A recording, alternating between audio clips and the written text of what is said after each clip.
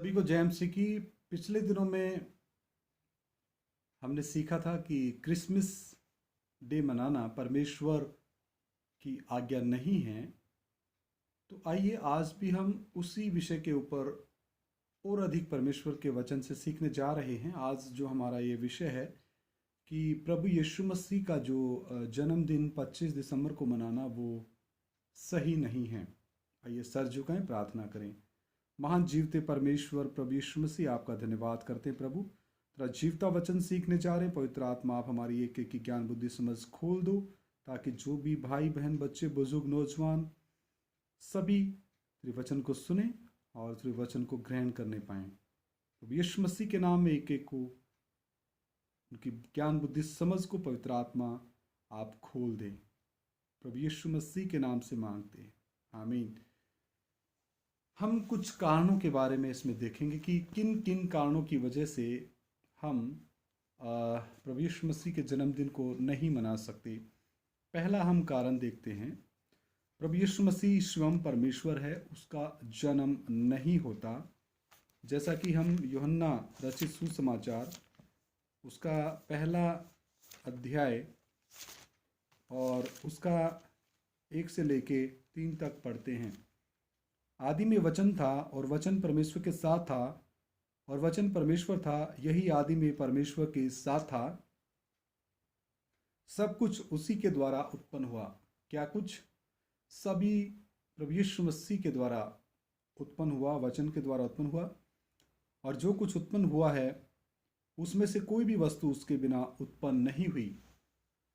तो इन वचनों से हमें स्पष्ट पता चलता है कि सबका रचने वाला और सबका बनाने वाला ये रचिता परमेश्वर स्वयं आप है, खुद है। हालेलुया। तो इसमें फिर कोई सवाल खड़ा नहीं होता, क्योंकि प्रभु यीशु मसीह अल्फा और ओमेगा है। यूहन्ना रचित सुसमाचार पहला अध्याय 14 वचन भी हम देखते हैं, और वचन देहधारी हुआ। तो देह किसने धारण की? वचन ने। और वचन कौन था? यूहन्ना रचित सुसमाचार पहला अध्याय पहला वचन में आदि में वचन था। वचन कब से है? आदि से है। तो जो आदि से है तो उसका जन्मदिन हम कैसे मना सकते हैं? और वचन परमेश्वर के साथ था और वचन परमेश्वर था। और 14 वचन में लिखा है और वचन देहधारी हुआ। तो देह धारण किसने किया मेरे प्रिय भाइयों बहनों? परमेश्वर ने। तो जो आदि से है, सबसे पहला और सबसे आखिरी है, तो क्या मनुष्य जाति उसको जन्मदिन की कोई तारीख दे सकती है? बिल्कुल नहीं। ऐसा करना मूर्खता के अलावा और कुछ नहीं होगा। यूहन्ना 14 अध्याय, यूहन्ना रचित सुसमाचार 14 अध्याय 8 और 9 वचन में पढ़ रहा हूं। यूहन्ना रचित सुसमाचार 14 का 8 और 9। फिलिपुस ने उससे कहा, हे प्रभु, पिता को हमें दिखा दे, यही हमारे लिए बहुत है। यीशु ने उससे कहा, हे फिलिपुस, मैं इतने दिन से तुम्हारे साथ हूं, क्या तू मुझे नहीं जानता? जिसने मुझे देखा है उसने पिता को देखा है। तो क्यों कहता है कि पिता को हमें दिखा दे? तो पिछले भागों में भी हमने कवर किया कि पिता परमेश्वर ने, एकमात्र सच्चे परमेश्वर ने, जो कहता मैं जो हूँ सो हूँ, मैं हूँ, उसने अपने आप को 3 व्यक्तित्व में, पिता, पुत्र, पवित्र आत्मा, पिता अनंतकालीन है, पुत्र अनंतकालीन है, पवित्र आत्मा अनंतकालीन है, त्रिएक परमेश्वर के रूप में प्रकट करके दिया है। पिता के रूप में परमेश्वर ने योजना बनाई, पुत्र के रूप में उसी परमेश्वर ने देहधारी होकर के दूसरे व्यक्तित्व में प्रकट होकर के, कुंवारी मरियम के घर में प्रकट होकर के हम पापियों के स्थान पे जान दी, हमारे पापों श्रापों को उठा लिया, क्रूस पे जान दी। अधोलोक में भी आत्मा और प्राण हमारे स्थान पे उनके तड़पे, धनवान का संगी हुआ और तीसरे दिन मुर्दों में से जी उठे। तो प्रभु यीशु मसीह कह रहे हैं कि जिसने मुझे देखा उसने पिता को देखा। अगर फिलिपुस उस समय उसको समझ आ जाता कि वचन देहधारी होकर के आ रखा है और वचन ही तो आपसे अभी बात कर रहा है। हालेलुया। परमेश्वर देहधारी परमेश्वर दूसरे व्यक्तित्व में उस समय फिलिपुस के सामने खड़ा था, पुत्र परमेश्वर के तौर पर अपने दूसरे व्यक्तित्व में 100% मनुष्य और अंदर से 100% परमेश्वर। हम दूसरी बात देखते हैं, परमेश्वर देह में प्रकट हुए हैं। आइए हम पहला तीमुथियुस, प्रभु यीशु मसीह को जन्म के तौर पे हम देख नहीं सकते हैं। प्रभु यीशु मसीह का देह में प्रकटीकरण हुआ है, जैसा कि वचन स्पष्ट कहता है। पहला तीमुथियुस 3 अध्याय 16 वचन, इसमें संदेह नहीं कि भक्ति का भेद गंभीर है। भक्ति का भेद कैसा है? गंभीर है। ये सभी के समझ में आने की बात नहीं है जब तक पवित्र आत्मा एक मनुष्य को ना समझाए। अर्थात क्या भक्ति का भेद गंभीर है?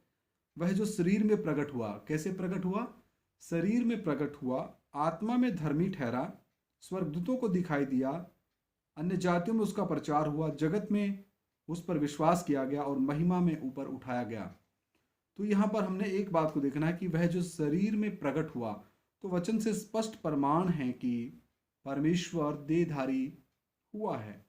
एकमात्र सच्चा परमेश्वर कुंवारी मरियम के घर में पवित्र आत्मा के द्वारा आया और ठीक 9 महीने बाद उन्होंने मनुष्यों की रीति के अनुसार, जिस रीति से मनुष्य जन्म लेते हैं, उसी रीति से वो भी मरियम के गर्भ से बाहर आए।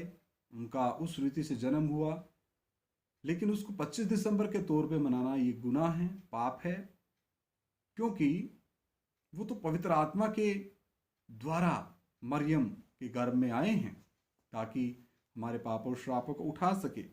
वो शरीर में प्रकट हुए हैं।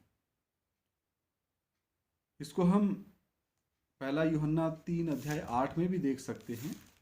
पहला यूहन्ना 3 अध्याय और उसका 8 वचन भी मैं पढ़ना चाहूँगा।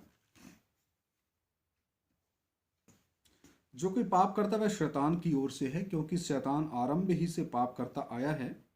परमेश्वर का पुत्र इसलिए प्रकट हुआ। क्या हुआ? प्रकट हुआ कि शैतान के कामों का नाश करे। यहाँ भी हमने देखा कि परमेश्वर के पुत्र के प्रकटीकरण को यहाँ पर दिखाया गया है। परमेश्वर जब देहधारी हुए, अपने दूसरे व्यक्तित्व में आए, तो यहाँ पर उनके प्रकट होने की बात कही गई है। अब इसको हम इब्रानियों की पत्री और 10 अध्याय में भी देख सकते हैं। इब्रानियों की पत्री 10 अध्याय और उसका मैं वचन पढ़ना चाहूँगा, 5 वचन।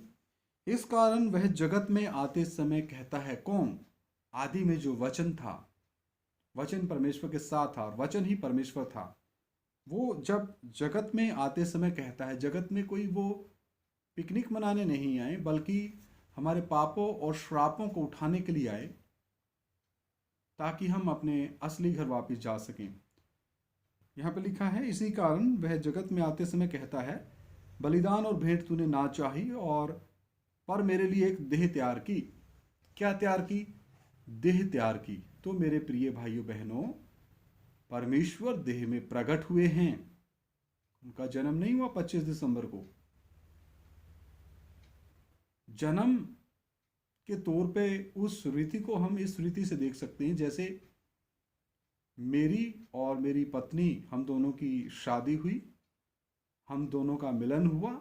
इस रीति से मेरी पत्नी गर्भवती हुई और उसने बच्चे को जन्म दिया। उसको हम जन्म होना बोल सकते हैं, लेकिन वो तो पवित्र आत्मा के द्वारा मरियम गर्भवती हुई थी। पवित्र आत्मा के द्वारा परमेश्वर उसके गर्भ में प्रकट हुए थे। हालेलुया। और ये वचनों से स्पष्ट प्रमाण आपको मैंने दिया। तीसरी बात हम देखते हैं। तीसरी बात जो एक लंबा है, उसको हम अगले पार्ट में हम कवर करेंगे। आइए सर झुकाएं, प्रार्थना करें। महान जीवते प्रभु तेरा शुक्र करते हैं, थोड़ी देर तेरा जीवता वचन सीखने के लिए कृपा दिया। प्रभु जो भी भाई बहन बच्चे बुजुर्ग नौजवान ये वचनों को सुने, उनकी बुद्धि आप खोल दो, तेरा वचन उनको समझ में आए। प्रभु यीशु मसीह के नाम से मांगते हैं, आमीन। सभी को जय मसीह की, और इसका अगला भाग भी आप जरूर देखें।